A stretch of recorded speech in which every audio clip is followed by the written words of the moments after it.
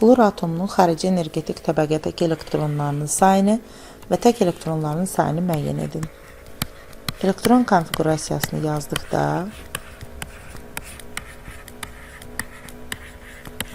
bu şəkildə olduğunu görürük. Xarici energetik təbəqədəki elektronların sayı olacaq 7.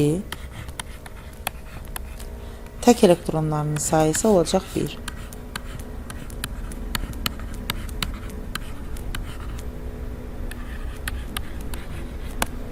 Xlor atomunun X13 atomu ilə əmələ gətirdiyi birləşmənin formulunu yazın.